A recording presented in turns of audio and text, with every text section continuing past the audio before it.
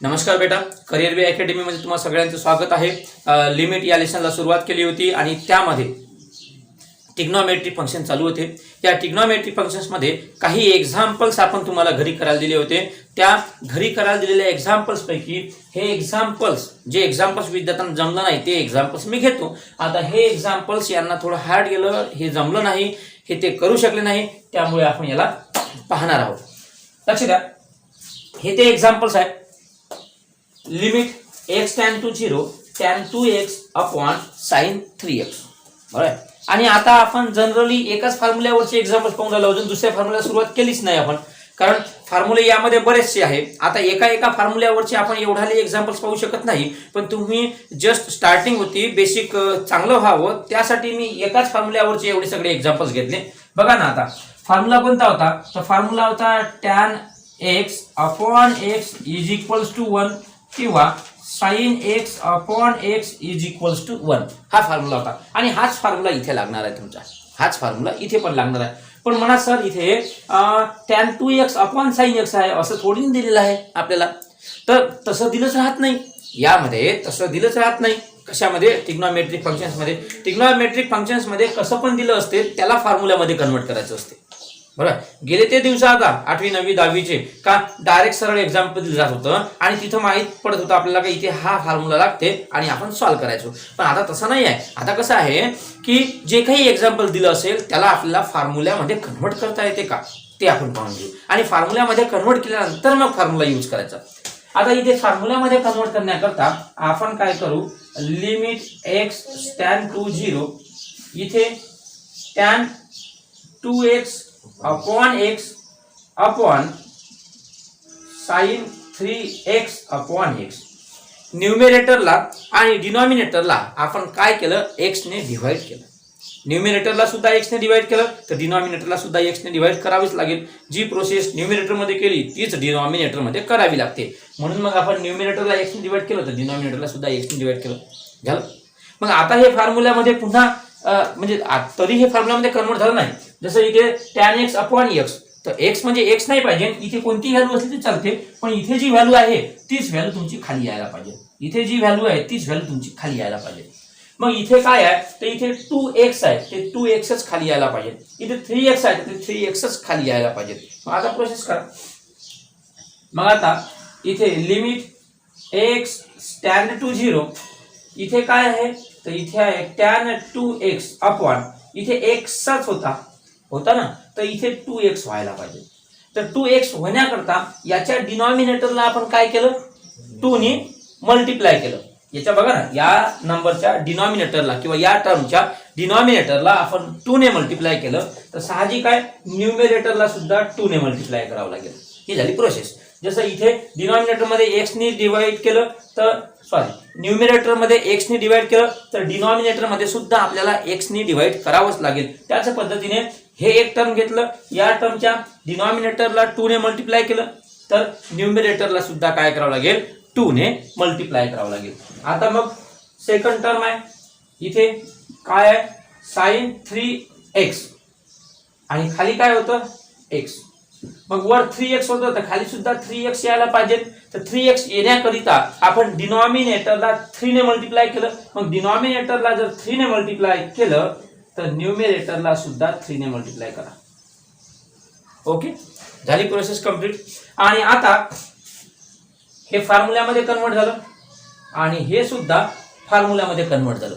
मग फॉर्म्युल्यामध्ये कन्वर्ट झालं म्हणजे इथे फॉर्म्युला यूज करू शकतो आणि जिथे फॉर्म्युला यूज करू शकतो तिथे इक्वल साइन द्या.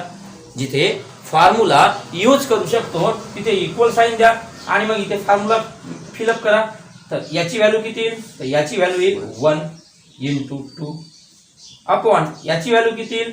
1 into 3. मल्टिप्लिकेशन करा. 2 1 जा 2 and 3 1 जा 3 किंवा वर आणि खाली 1 1 सारखा आहे तो कॅन्सल करा तरी आन्सर तेवढंच येईल है ना. म्हणजे आन्सर काय झालं आपलं? 2 बाय. या एक्झाम्पलकडे लक्ष द्या. आता हे नवीन एक्झाम्पल्स आहे, हे एक्झाम्पल्स आपल्याला घ्यायचं आहे. आतापर्यंत आपण जे एक्झाम्पल्स पाहिले कालपर्यंत ते सगळे एक्झाम्पल्स असे होते की जवळपास एकाच फॉर्म्युल्यावर बेस होते. एकाच फॉर्म्युल्यावर बेस होते. आता वेगवेगळे फॉर्म्युले मी तुम्हाला लिहून दिलेले आहेत ट्रिग्नोमेट्रिक फंक्शनचे. त्या वेगवेगळ्या फॉर्म्युल्यावरचे आपल्याला एक्झाम्पल्स घ्यायचे आहे आणि मिक्स एक्झाम्पल्स घेऊ.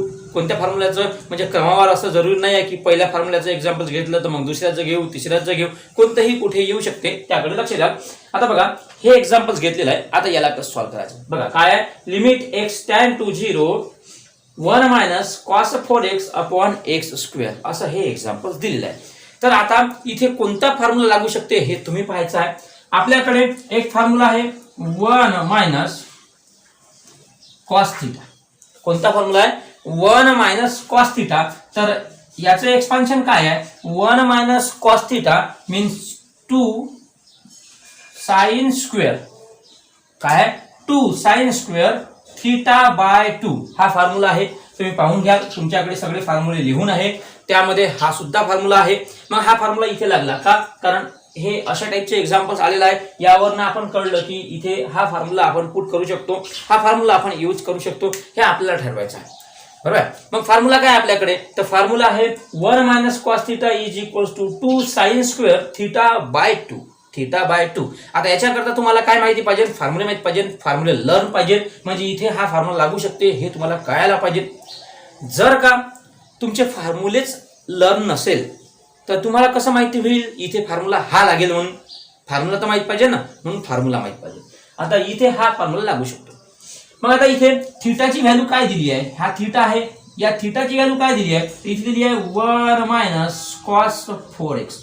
थीटाची व्हॅल्यू काय आहे 4x आहे. तर हा फॉर्म्युला कसा जनरेट होईल, इथे राहील 2 sin square थीटा बाय 2.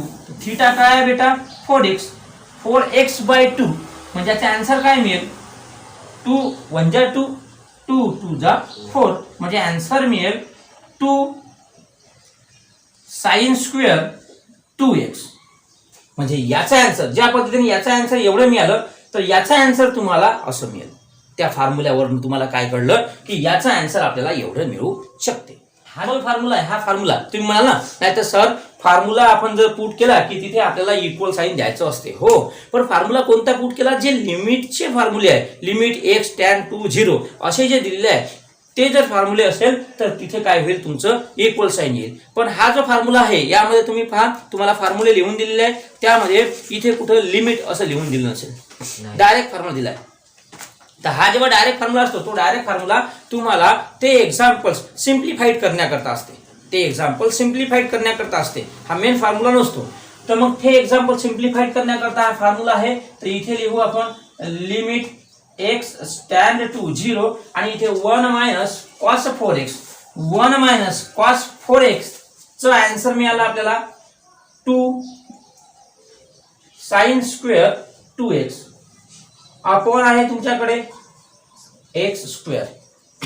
काय मिळालं, अपॉन मिळालं तुम्हाला x स्क्वेअर मिळालं. आता मग आता हे एक्झाम्पल्स मिळालं, या पद्धतीने मिळालं, म्हणजे आपण याला एक्सपांड केलं किंवा याच्याकरता फॉर्म्युला यूज केला तर ते हे अशा पद्धतीने मिळालं. मग आता याला त्या टाइप मध्ये नेता येईल का, कारण साइन एक्स अपॉन एक्स आलं तर याला या टाइप मध्ये नेता येईल का, साइन एक्स अपॉन एक्स. हो, कारण शेवटी फॉर्म्युला हाच लागेल, कारण हा लिमिटचा फॉर्म्युला होता आपला, लिमिट x tan to 0 असा फॉर्म्युला होता. तर जेव्हा लिमिट x tan to 0 हा असा फॉर्म्युला येईल तेव्हा त्याचं एक्सपान्शन 1 मध्ये होईल, तेव्हा त्याचं एक्सपान्शन 1 मध्ये होईल. तर नेता येईल का, हो. तर इथे एक काम करून टाकू, लिमिट x tan to 0 या 2 ला बाहेर काढून घेऊ, तू बाहेर निघून जाईल.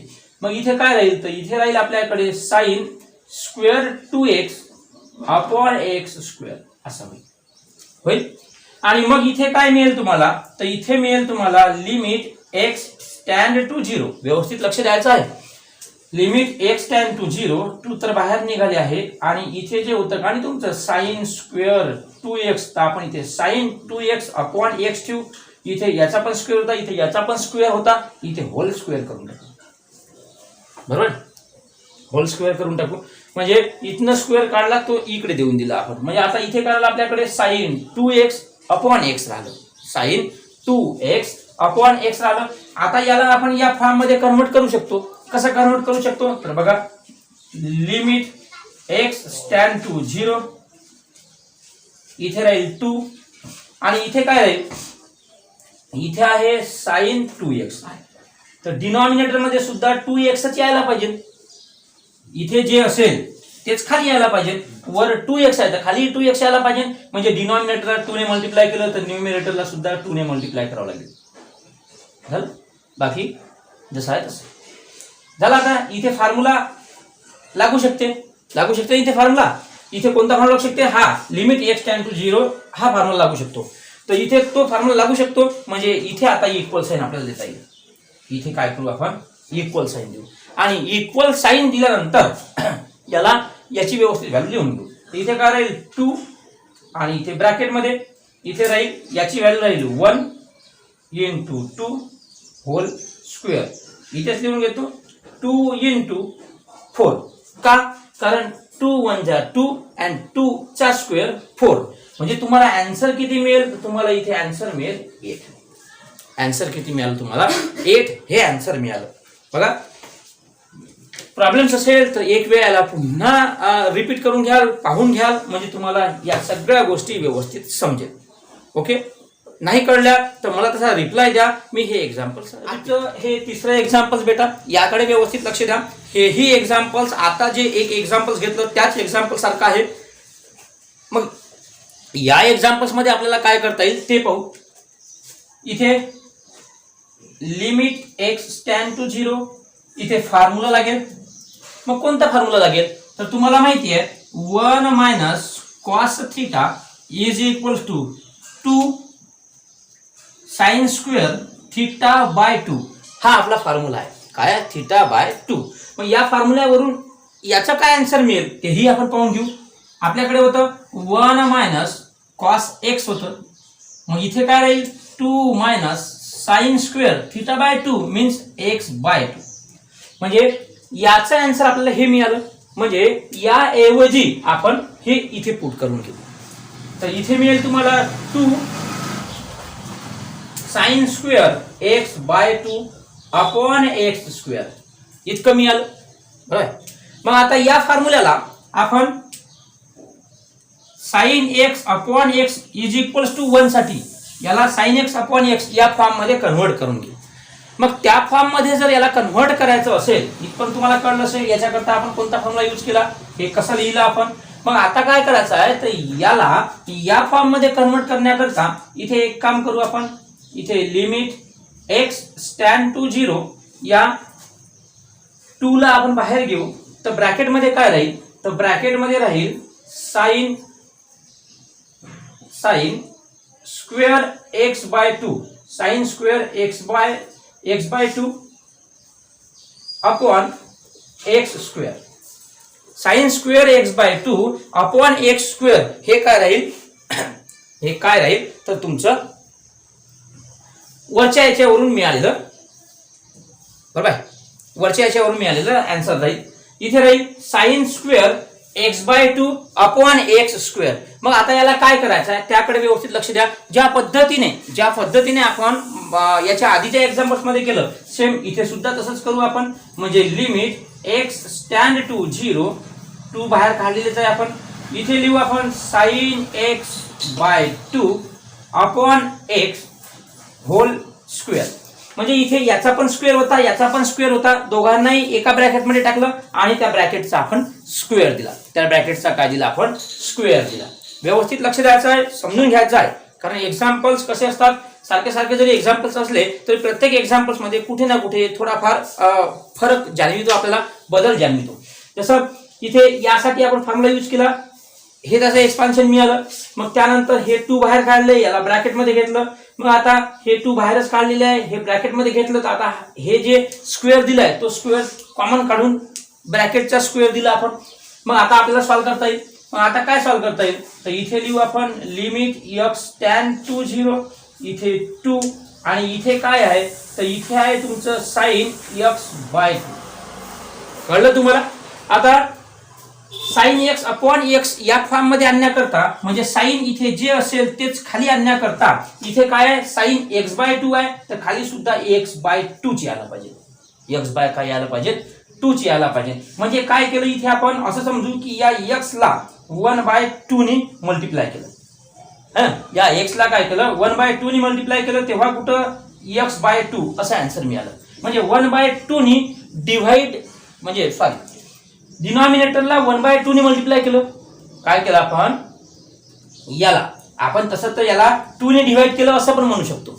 2 ने डिवाइड केलं असं म्हणू शकतो म्हणजे इथे 2 ने डिवाइड पण करता येते आपल्याला, पण ते थोडं तुम्हाला जड जाईल. तर म्हणून मी काय केलं इथे 2 ने डिवाइड करणे म्हणजेच 1/2 ने मल्टिप्लाय करणे. 2 ने डिवाइड करणे म्हणजेच 1/2 ने मल्टिप्लाय करणे असा अर्थ होते. तर 1/2 ने मल्टिप्लाय केलं असं आपण समजू कुठे डिनॉमिनेटरला. डिनॉमिनेटरला 1/2 ने मल्टिप्लाय केलं असं आपण समजू. तर वर सुद्धा आपण 1/2 नेच मल्टिप्लाय करू. ओके, वर सुद्धा काय करू म्हणजे जी प्रोसेस आपण डिनॉमिनेटर मध्ये केली तीच प्रोसेस आपल्याला न्यूमरेटर मध्ये करावी लागते. डिनॉमिनेटर मध्ये 2 ने डिवाइड केलं बघा, 2 ने डिवाइड केलं, 2 ने डिवाइड केलं म्हणजेच 1/2 ने मल्टिप्लाय केलं. म्हणजे आपण काय माहिती करून घेतोय की डिनॉमिनेटर मध्ये 1/2 ने मल्टिप्लाय केलं तर न्यूमरेटरला सुद्धा 1/2 ने मल्टिप्लाय करावं लागेल. ओके, मग आता हे झालं तुमचं फॉर्म्युल्यात कन्वर्ट. काय झालं फॉर्म्युल्यामध्ये कन्वर्ट झालं. मग आता इथे इक्वल साइन द्या, दिली आपण इक्वल साइन आणि इक्वल साइन दिल्यानंतर इथे 2 आणि ब्रॅकेट मध्ये काय राहील तर हे फॉर्म्युल्यात कन्वर्ट झालं, याची व्हॅल्यू राहील 1. हे बघा ना sin x अपॉन x म्हणजे sin x/2 अपॉन x/2 म्हणजे sin जे असेल तेच खाली असेल तर त्याचा आन्सर काय मिळते 1 मिळते. इनटू इथे काय 1/2 होल स्क्वेअर इकडे लिहून घेतो, हे मिटवून देतो तुम्हाला.